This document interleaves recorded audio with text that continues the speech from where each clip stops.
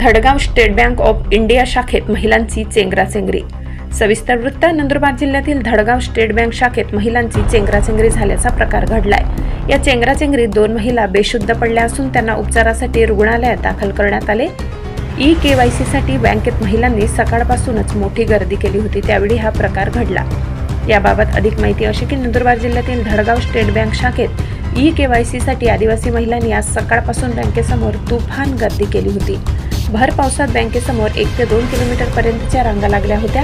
यावेळी महिलांची चेंगराचेंगरी झाल्याची घटना घडली। यात गर्दीमध्ये 2 महिलांची प्रकृती खराब झाल्याने त्या बेशुद्ध पडल्या होत्या। त्यांना ग्रामीण रुग्णालयात उपचारासाठी दाखल करण्यात आले होते। ब्युरो रिपोर्ट, नंदुरबार सहसंपादक अनिल बोराडे।